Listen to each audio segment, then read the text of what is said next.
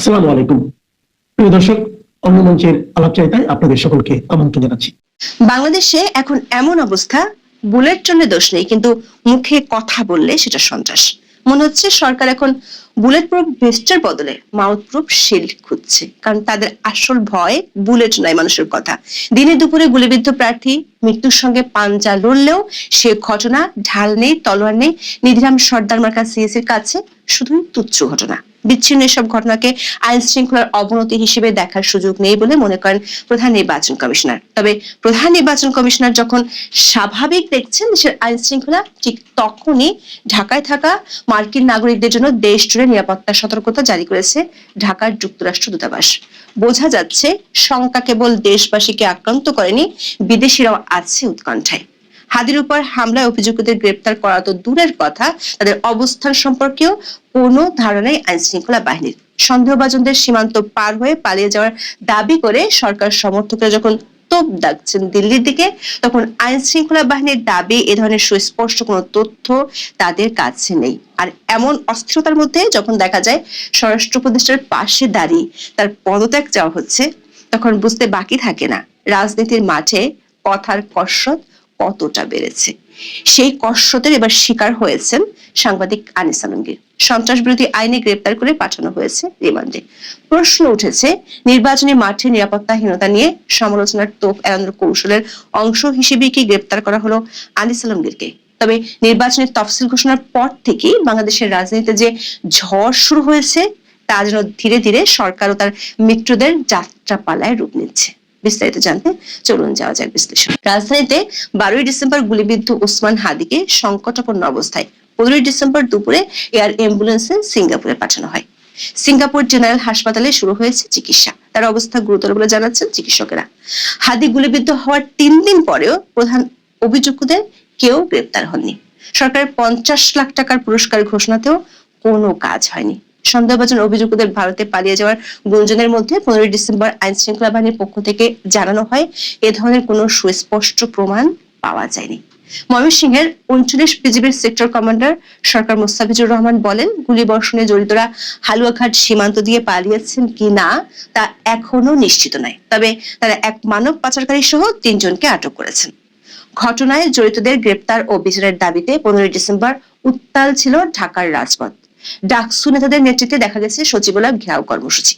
3 দফা দাবিতে দেওয়া হয়েছে 48 ঘন্টার আলটিমেটাম। এমনকি স্বরাষ্ট্র উপদেষ্টা জাহাঙ্গীর আলম চৌধুরীর পাশে দাঁড়িয়ে তার পদত্যাগ দাবি করার অভাবনীয় দৃশ্য দেখা গেছে। ডাকসুর ভিপি সাদিক কায়েম সচিবালয়ে এ দাবি তোলার সময় পাশেই দাঁড়িয়েছিলেন স্বরাষ্ট্র উপদেষ্টা। এ সময় তাকে অনেকটা বিব্রত দেখাচ্ছিল বলে জানায় বিভিন্ন সংবাদ মাধ্যম। আবার স্বরাষ্ট্র উপদেষ্টার পদত্যাগের জন্য 1 কোটি টাকা পুরস্কার ঘোষণা করেন রাকসু জিএ সালাউদ্দিন আম্মার।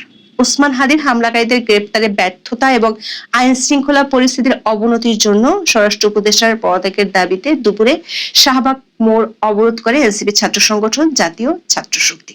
ওসমান হাদির উপর হামলার প্রতিবাদে জুলাই সমর্থক দল ও সংগঠনের প্রতিরোধ সমাবেশ হয়েছে কেন্দ্রীয় শহীদ মিনারে।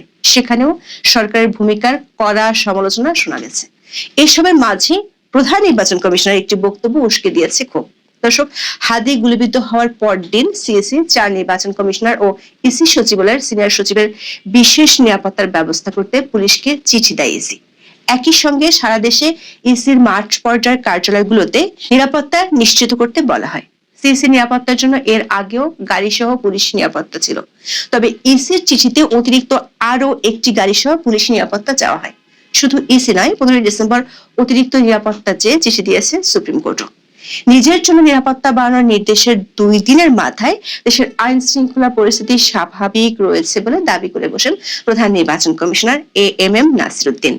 এখানেই শেষ নয়, তার চোখে হাদির উপর হামলার বিষয়টি একটি বিচ্ছিন্ন ঘটনা মাত্র। নির্বাচনের সময় এ ধরনের ঘটনা স্বাভাবিক বলেও দাবি করেন তিনি। ঢাকায় এক অনুষ্ঠানে প্রধান নির্বাচন কমিশনার বলেন, আইন শৃঙ্খলার অবনতি হয়নি, মাঝে মধ্যে 2-1টা খুন খারাপি হয়, হাদিকে গুলির ঘটনা বিচ্ছিন্ন। নির্বাচন এলে এ ধরনের ঘটনা ঘটিয়ে থাকে। উদাহরণ হিসেবে তিনি অতীতে আহসানুল্লাহ মাস্টার এবং শাহ এ এম এস কিবরিয়ার হত্যার উদাহরণ টানেন। অথচ এর কোনটি নির্বাচনকালীন সময়কার ঘটনা ছিল না। সাবেক অর্থমন্ত্রী আওয়ামী লীগ নেতা কিবরিয়া 2005 সালের 27 জানুয়ারি গ্রেনেড হামলায় নিহত হন। ঘটনাটি ঘটে হবিগঞ্জের বদ্দির বাজার প্রাথমিক বিদ্যালয়ের মাঠে। এক জনসভায় বক্তব্য শেষ করে স্কুল গেট দিয়ে বের হওয়ার সময় তাকে লক্ষ্য করে দুটি আরজেস গ্রেনেড ছোড়া হয়। এতে তিনি ঘটনাস্থলেই প্রাণ হারান। অন্যদিকে আরেক জনপ্রিয় আওয়ামী লীগ নেতা আহসানুল্লাহ মাস্টার নিহত হন 2004 সালের 7 মে। গাজীপুরের টঙ্গীতে এক জনসভায় গুলি করে তাকে হত্যা করা হয়। আহসানুল্লাহ মাস্টার এবং কিবরিয়া হত্যার দুটি ঘটনাই ঘটে জাতীয় নির্বাচনের অনেক আগে, অথচ হাদির উপর হামলাকে স্বাভাবিক প্রমাণ করতে গিয়ে সেই দুটি ঘটনার উদাহরণ টেনেছেন সিএসি নাসির উদ্দিন। তার দাবি নির্বাচন এলে এ ধরনের ঘটনা ঘটতেই থাকে। বাংলাদেশে এগুলো নতুন কিছু নয়, দেশে আইন শৃঙ্খলা পরিস্থিতি বরং উন্নতি হয়েছে। সিসির এমন দাবি ক্ষোভের আগুন আরো উস্কে দিয়েছে। সরকার সমর্থকদের পক্ষ থেকে স্বরাষ্ট্র উপদেষ্টার পাশাপাশি সিএসির পদত্যাগের দাবি উঠেছে। এনসিপির আহ্বায়ক নাহিদ ইসলাম শহীদ মিনারের সমাবেশে বলেন, দায়িত্বহীন বক্তব্যের পর সিএসি তার পদে থাকার নৈতিকতা হারিয়েছেন। হাদির উপর হামলা কোন বিচ্ছিন্ন ঘটনা নয় দাবি করে নাহিদ বলেন, এই নির্বাচন কমিশন কিভাবে এমন কথা বলে? তারা নৈতিকভাবে দায়িত্বে থাকতে পারে না, তাদের অধীনে নির্বাচন সম্ভব নয়। দর্শক, শহীদ মিনার সমাবেশ থেকে ভারতের প্রতিও দেওয়া হয় কড়া বার্তা। সাবেক প্রধানমন্ত্রী শেখ হাসিনা এবং সাবেক স্বরাষ্ট্রমন্ত্রী আসাদুজ্জামান খান কামালকে 25শে ডিসেম্বরের মধ্যে বাংলাদেশে ফেরত পাঠানোর দাবি তোলা হয়। হুঁশিয়ারি দিয়ে বলা হয়, তা না হলে বাংলাদেশে ভারত কেন্দ্রিক সব প্রতিষ্ঠানের কার্যক্রম প্রতিহত করা হবে। হাদির উপর হামলাকারীরা সীমান্ত পেরিয়ে ভারতে আশ্রয় নিয়ে থাকলে তাদেরও ফেরত পাঠাতে হবে এই সময়ের মধ্যে। হাদি গুলিবিদ্ধ হওয়ার পর থেকেই নতুন করে ভারত বিরোধী অবস্থানের জানান দিচ্ছেন সরকার সমর্থকেরা। এমনকি তাদের দাবি মেনে ভারতের রাষ্ট্রদূতকে তলব করা হয়েছে। তবে দিল্লির পাল্টা প্রতিক্রিয়া দেখা যাচ্ছে, এ ধরনের অবস্থান আমলে নিতে রাজি নয় দিল্লি। অভ্যন্তরীণ নিরাপত্তা ব্যর্থতা ঢাকতে এবং শক্তিশালী ভারত বিরোধী জনমত তৈরি করতে এই আক্রমণকে ট্রোজান হর্স হিসেবে ব্যবহার করা হচ্ছে। দর্শক, এই অবস্থার মাঝে ঢাকার যুক্তরাষ্ট্র দূতাবাসের এক সতর্ক বার্তায় উদ্বেগ আরো ঘনীভূত হচ্ছে। দূতাবাসের ওয়েবসাইট ও সামাজিক যোগাযোগ মাধ্যমে 15 ডিসেম্বর সন্ধ্যায় এই সতর্ক বার্তা জারি করা হয়। এতে বলা হয়, নির্বাচনের তারিখ এগিয়ে আসার সঙ্গে সঙ্গে রাজনৈতিক সমাবেশ ও বিক্ষোভ আরো ঘন ও তীব্র হতে পারে। এমন পরিস্থিতিতে যুক্তরাষ্ট্রের নাগরিকদের সতর্কতা অবলম্বন করা উচিত। পাশাপাশি মনে রাখা উচিত, এই বিক্ষোভ সংঘর্ষে পরিণত হতে পারে এবং সহিংসতা ঘটতে পারে। নিজেদের নাগরিকদের বিক্ষোভ এড়াতে এবং যে কোনো বড় সমাবেশের আশেপাশে সতর্কতা অবলম্বন করার পরামর্শ দেওয়া হয় সতর্কবার্তায়। আশপাশের পরিবেশ সম্পর্কে সচেতন থাকা, হালনাগাদ তথ্যের জন্য স্থানীয় গণমাধ্যম পর্যবেক্ষণ, ভিড় ও বিক্ষোভ এড়িয়ে চলার পরামর্শ দেওয়া হয়েছে। দর্শক, নিরাপত্তার বেহাল দশা নিয়ে টালমাটাল অবস্থার সরকার সেই পুরনো নীতি আবারও প্রয়োগ করেছে। জ্যেষ্ঠ সাংবাদিক আনিস আলমগীরকে জিজ্ঞাসাবাদের জন্য ডিবি হেফাজতে নেওয়ার পর তাকে সন্ত্রাস বিরোধী আইনের মামলায় গ্রেপ্তার দেখানো হয়েছে। রাজধানীর উত্তরা পশ্চিম থানায় জুলাই রেভলিউশনারি অ্যালায়েন্সের কেন্দ্রীয় সংগঠক আরিয়ান আহমেদের অভিযোগে এই মামলা দায়ের করা হয়।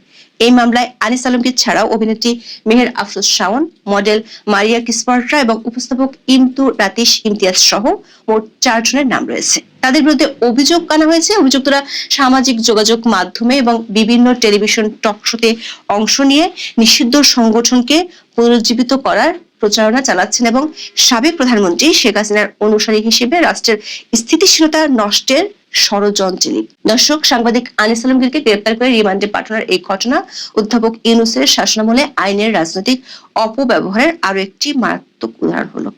সামাজিক যোগাযোগ মাধ্যমে বা টক শোতে দেওয়া মতামতকে রাষ্ট্রের স্থিতিশীলতা নষ্টের ষড়যন্ত্র হিসেবে আখ্যায়িত করে সন্ত্রাস বিরোধী আইনের অধীনে গ্রেপ্তার করা, ভিন্নমতকে জাতীয় নিরাপত্তার হুমকি হিসেবে চিহ্নিত করার একটি কৌশলগত পদক্ষেপ। এটি কেবল ভিন্নমত দমন নয়, বরং বুদ্ধিবৃত্তিক এবং মিডিয়া বিরোধী কণ্ঠকে নীরব করার একটি কর্তৃত্ববাদী প্রবণতা বলে বিশ্লেষকরা মনে করছেন। মন খুলে সমালোচনা করার যে লাইসেন্স অধ্যাপক ইউনূস দেওয়ার কথা বলেছিলেন, সেটি যে কথার কথা ছিল তা বোঝাই যাচ্ছে। দর্শক, যদি একজন সাংবাদিকের টেলিভিশনের মন্তব্য এতটাই শক্তিশালী হয় যে তা নিষিদ্ধ সংগঠনকে পুনরুজ্জীবিত করতে পারে, তবে এই বক্তব্য হয় আগের সরকারের সমর্থক গোষ্ঠীর ভিত্তি কতটা শক্তিশালী ছিল তা প্রমাণ করে, অথবা বর্তমান সরকারের রাজনৈতিক আখ্যান কতটা ভঙ্গুর তা ফুটিয়ে তোলে। ভিন্ন মতকে সন্ত্রাসবাদী আখ্যা দেওয়া এটি একটি আতঙ্কিত প্রতিক্রিয়া, যা প্রমাণ করে যে কর্তৃপক্ষ জননিরাপত্তা নিশ্চিত করার চেয়েও রাজনৈতিকভাবে অস্বস্তিকর কণ্ঠস্বরকে দমন করাকে বেশি গুরুত্ব দিচ্ছে। প্রশ্ন হলো, সরকার যেখানে বলেছিল এবারে নির্বাচন হবে ইতিহাসের এবং উৎসবমুখর, সিএসি দেখছেন আইন শৃঙ্খলার উন্নতি, সেখানে কেন এমন আশঙ্কা পাওয়া যাচ্ছে বিদেশিদের বার্তায়? দেশের মানুষ নয় মিথ্যা আতঙ্কে ভুগছে। সন্ত্রাস দূর করতে সরকার শুরু করেছে অপারেশন টেবিল হান্টের দ্বিতীয় অধ্যায়। সন্ত্রাস বিরোধী আইনে গ্রেপ্তার হয়েছেন সাংবাদিক আনিস আলমগীর। এর পরেও কেন কমছে না অস্থিরতা? সরকার সমর্থকরাই কেন নিরাপত্তাহীনতার প্রকাশ্য অভিযোগ তুলে স্বরাষ্ট্র উপদেষ্টার পদত্যাগ চাইছেন? এটা কি সেই ইতিহাসরা নির্বাচনের আগাম আলামত? এখনই এমন হলে সামনের দিনগুলোতে কি অপেক্ষা করছে দেশের সামনে? দর্শক, একটি প্রবাদ আছে, উলু বলে মুক্ত ছড়ানো। বাংলাদেশে এখন ঠিক তাই হচ্ছে। যার নিরাপত্তার দরকার সে পাচ্ছে গুলি, আর যে কথা বলছে সে পাচ্ছে জেল। এখন এ পর্যন্ত। ভারতের সীমান্তে ঢুকে বাংলাদেশের নৌবাহিনী এবার যে কর্মকাণ্ডটি ঘটালো তা কিন্তু ভারত এবং বাংলাদেশের ইতিহাসে কখনো হয়নি। আজ বাংলাদেশের বিজয় দিবস এবং সেই বিজয় দিবসে কিন্তু ভারতের সেনাদের যে অবদান তা কিন্তু অস্বীকার আন্তর্জাতিক স্তর কখনোই করতে পারে না। ভারতীয় সেনারা ছিলেন বলেই আজ বাংলাদেশের মুক্তিযুদ্ধ এবং বঙ্গবন্ধু মুজিবুর রহমানের নেতৃত্বে বাংলাদেশের স্বাধীনতা। আর সেই দিনে যে খবর সামনে এলো তা কিন্তু ভারত বাংলাদেশের যে তিক্ততা তা কিন্তু চরম জায়গায় নিয়ে গেল। ভারত কিন্তু পাল্টা নোটামও জারি করলো বঙ্গোপসাগরে। এই ঘটনা কিন্তু শেষ এক বছরে সব থেকে ভয়ানক ঘটনা, এবং এই ঘটনার গুরুত্ব এবং তাৎপর্য যারা বিভিন্ন ক্ষেত্রে জিওপলিটিক্যাল নিউজ ফলো করেন আমাদের চ্যানেলে, তাদেরকে নতুন করে বলার কিছু নেই, কিন্তু যারা জানেন না তাদের মনে রাখা উচিত এই ঘটনা কিন্তু ছোটখাটো একটা যুদ্ধের সম্ভাবনাও তৈরি করতে পারে যে কোনো মুহূর্তে। কালকে খবরটি সামনে আসে, কিন্তু আমি অপেক্ষা করছিলাম কনফার্মেশনের জন্য। আজকে ভারতের বিভিন্ন সংবাদপত্র এই খবরটিকে কনফার্ম করেছে, যেখানে বলা হচ্ছে যে দক্ষিণ 24 পরগনায় যে জলসীমা আছে, যেখানে ভারত এবং বাংলাদেশের মৎস্যজীবীরা মাছ ধরতে যায়, ঠিক সেখানেই ভারতীয় মৎস্যজীবীদেরকে টার্গেট করে বাংলাদেশের নৌসেনা। এবং এক্ষেত্রে এফবি পারমিতা 10 এই নামের একটি ট্রলার, সেই ট্রলারকে সরাসরি আক্রমণ করে বসে বাংলাদেশের নৌসেনা। এবং বাংলাদেশের নৌসেনা নাকি এক্ষেত্রে যে আন্তর্জাতিক জলসীমা আছে সেই আন্তর্জাতিক জলসীমা টপকে ভারতবর্ষের জলসীমায় ঢুকে যায় এবং সেই এফবি পারমিতা 10 নামক ট্রলারটিকে সরাসরি ধাক্কা মারে। এবং সেই ট্রলারে 16 জন মৎস্যজীবী ছিলেন, যার মধ্যে এখন 5 জন নিখোঁজ। এই ভয়ানক ঘটনাটি ঘটানো হয়েছে রাতের অন্ধকারে, লাইট নিভিয়ে, এবং রিপোর্টে সেটাই প্রকাশ্যে এসছে। সেখানে বলা হচ্ছে যে যখন বাংলাদেশের নৌসেনা ভারতীয় ট্রলারকে আক্রমণ করে তখন ওই অঞ্চলটিতে কোনো আলোর চিহ্ন ছিল না, অর্থাৎ লাইটটিকে নিভিয়ে দেওয়া হয়েছিল। এবং নামখানা থেকে কিছু দূরে এই ঘটনাটা কিন্তু ঘটানো হয়। পরবর্তীকালে আরেকটি ট্রলার গিয়ে সেই বাকি 11 জনকে উদ্ধার করে, যদিও এখন 5 জন কিন্তু নিখোঁজ। পাশাপাশি এই ঘটনা কিন্তু একটা জিনিস আন্তর্জাতিক স্তরের সামনে প্রমাণ করে দেয় যে শেষ এক বছর ধরে বাংলাদেশ সরকার, বাংলাদেশের নৌসেনা বা বাংলাদেশের সেনাবাহিনী যা চেষ্টা করছিল ঠিক সেটাই কিন্তু তারা ইমপ্লিমেন্ট করার জন্য কিন্তু উঠে পড়ে লাগলো। এই পার্টিকুলার জায়গায় শেষ এক মাসে কিন্তু কম বিতর্ক হয়নি। আপনারা জানেন বাংলাদেশের মৎস্যজীবীরা বারবার ভারতের জলসীমায় ঢুকে পড়েছে এবং ভারত কিন্তু 3 দিনে প্রায় 150 জনের কাছাকাছি মৎস্যজীবীদের অ্যাটাক করেছিল, মানে নিজেদের হেফাজতে নিয়েছিল পাকড়াও করে। এই ঘটনার সঙ্গে অনেকে চীনের ফিশিং মিলিশিয়ার স্ট্র্যাটেজির কিন্তু মিল পায়, যেখানে মৎস্যজীবীদের গোয়েন্দাগিরি করার বা গুপ্তচর বৃত্তি করানোর জন্য চীন কিন্তু ব্যবহার করে বিভিন্ন দেশের বিপক্ষে। এবং আমরা দেখেছি সাউথ চায়না সিতে এই ধরনের ঘটনা ফিলিপিন্স কিন্তু হাতে নাতে ধরে ফেলে 1 সপ্তাহ আগে। এই মৎস্যজীবীদের গ্রুপের মধ্যে কোনো গোয়েন্দা অফিসার, কোনো আর্মি অফিসার, কোনো সার্ভেলেন্স এক্সপার্ট সবাই কিন্তু মিশে থাকে। এদের প্রধানত কাজ হলো এই আন্তর্জাতিক জলসীমার কাছাকাছি এসে অপর পক্ষের যে নেভাল ডিপ্লয়মেন্ট, নেভাল ইনফ্রাস্ট্রাকচার এবং নেভাল মুভমেন্ট সেটাকে হুবহু কপি করা, যেন তাদের প্ল্যান অফ অ্যাকশন সাজাতে সুবিধা হয়। কিন্তু পরবর্তীকালে আমরা দেখেছিলাম ভারত এবং বাংলাদেশ ডিপ্লোম্যাটিক সম্পর্ককে এঙ্গেজ করে মৎস্যজীবীদের কিন্তু ফিরিয়ে দিয়েছিল। কিন্তু যখন ফিরিয়ে দেয় ঠিক তার 4-5 দিনের মধ্যে এই ধরনের একটি ঘটনা, তা যেমন আনএক্সপেক্টেড কিন্তু উল্টো দিকে এই ঘটনা কিন্তু সরাসরি প্রভোকেশন অফ ওয়ার, যেটা মনে করছে ভারতের সরকার। এবং ভারতের পক্ষ থেকে নৌবাহিনী ডিপ্লয় করা হয়েছে বঙ্গোপসাগরে এবং পুরো ঘটনার তদন্ত হচ্ছে, রিপোর্ট পেশ হবে এবং এই ঘটনার পাল্টা ভারত কিভাবে দেয় সেটা কিন্তু দেখার জন্য আন্তর্জাতিক স্তর উদ্গ্রীব হয়ে থাকবে। দেখুন, অনেকেই হয়তো ভিডিওতে কমেন্ট করবেন যে রিপোর্ট, তদন্ত এগুলো করার কি প্রয়োজন আছে। ভারত ইউনাইটেড নেশনস সিকিউরিটি কাউন্সিলের সদস্য, যে কোনো মুহূর্তে ভারত ইউনাইটেড নেশনের পার্মানেন্ট মেম্বার হওয়ার দিকে এগোবে। পৃথিবীর প্রায় সব দেশই এই মুহূর্তে চায় ভারত যেন ইউনাইটেড নেশনে পার্মানেন্ট মেম্বার হয়। কাতার বলুন, জাপান বলুন, রাশিয়া বলুন, ইনফ্যাক্ট আমেরিকাও কিন্তু সরাসরি কখনো বিরোধিতা করেনি ভারতের বিপক্ষে ইউনাইটেড নেশনে। ফলে আলটিমেটলি কোনো রিপোর্ট ছাড়া আন্তর্জাতিক স্তরের সামনে কোনো কিছু প্রমাণ করা যায় না। ফলে এই পুরো বিষয়টি আবেগ দ্বারা না ভেবে আমাদের সকলের উচিত ডিপ্লোম্যাটিক অ্যাঙ্গেলে পুরো বিষয়টা বিশ্লেষণ করা এবং এর পাল্টা অ্যাক্ট অফ ওয়ার যদি ভারতের পক্ষ থেকে দেখানো সম্ভব হয় তাহলে কিন্তু বাংলাদেশের গল্প আছে। বাংলাদেশ কিন্তু পরিষ্কার বোঝা যাচ্ছে যে 12ই ফেব্রুয়ারি নির্বাচনের আগে কোনো না কোনো যুদ্ধ সম্ভাবনা তৈরি করতে চাইছে এবং তারা যদি একটা স্মল স্কেল অফ ওয়ার এই অঞ্চলে তৈরি করতে পারে তাহলে বাংলাদেশের সাধারণ মানুষ, যাদেরকে মস্তিষ্ক সম্পূর্ণভাবে ভারত বিরোধিতায় ব্রেন ওয়াশ করা সম্ভব হয়েছে, সেই মানুষের ভোট বাংলাদেশের ছাত্ররা মোহাম্মদ ইউনূসের হয়ে যাবে। হতেও পারে যুদ্ধটাকে দেখিয়ে তারা কিছুদিন নির্বাচনটিকে পিছিয়ে দিতে পারেন।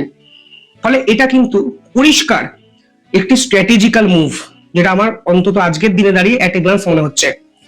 পাশাপাশি বাংলাদেশের এই ঘটনার পর ভারত জরুরিকালীন ভিত্তিতে একটি নোটাম জারি করে ফেলেছে।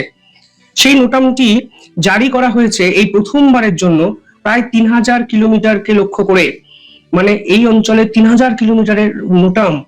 এর আগে ভারত কিন্তু খুব লিমিটেড টাইম জারি করেছিল। যে খবর সামনে এসছে সেখানে বলা হচ্ছে হয়তো বঙ্গোপসাগরে একটি submarine launch ballistic missile test করবে ভারতের নৌসেনা। সাবমেরিন লঞ্চ ব্যালিস্টিক মিসাইল অর্থাৎ নিউক্লিয়ার ক্যাপাবল ব্যালিস্টিক মিসাইল কিন্তু ভারত টেস্ট করছে। মানে পারমাণবিক মিসাইল টেস্ট এই প্রথমবারের জন্য বাংলাদেশের সীমান্তে বঙ্গোপসাগরে করতে চলেছে ভারতের সেনাবাহিনী।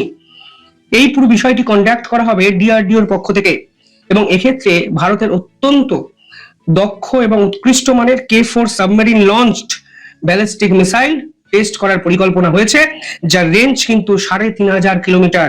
অর্থাৎ বুঝতেই পারছেন, নিউক্লিয়ার ক্যাপাবল ব্যালিস্টিক মিসাইল যদি বঙ্গোপসাগরে টেস্ট করা হয়, নিশানাটা কাদের দিকে করা হচ্ছে। বেশি কিছু বলার প্রয়োজন নেই। যে জিনিসটি বাংলাদেশের পক্ষ থেকে ঘটানো হয়েছে তার পাল্টা যে ভারত যে কোনো মুহূর্তে দিতে পারে তা কিন্তু এক কথায় পরিষ্কার। 3500 কিলোমিটারের রেঞ্জে তো পাকিস্তান পুরোটা কভার হয়ে যায়, সেখানে বঙ্গোপসাগরে বাংলাদেশকে লক্ষ্য করে ভারত ব্যালিস্টিক মিসাইল টেস্ট করছে।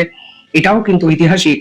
ঠিক যেভাবে আজকে বাংলাদেশের নৌসেনা আন্তর্জাতিক আইন সম্পূর্ণভাবে ভেঙে এই নৃশংস ঘটনা ঘটিয়েছে, তার পাল্টাটা যে দেওয়া প্রয়োজন তা আমার মনে হয় আপনারাও সহমত পোষণ করবেন এবং এই ঘটনা কিন্তু অনেক দূর যাবে, তা কিন্তু আপনারা নিশ্চিন্তে থাকুন। অনেক আপডেট আসবে, আমি আপডেটেড ভিডিও আপনাদের জন্য নিয়ে আসবো। দেখতে থাকুন দ্য ইন্ডিপেন্ডেন্ট বেঙ্গল। যারা এই ভিডিওটি দেখছেন, ছোট্ট একটা অনুরোধ, চ্যানেলটিকে ভালো লাগলে একটু সাবস্ক্রাইব করে রাখবেন।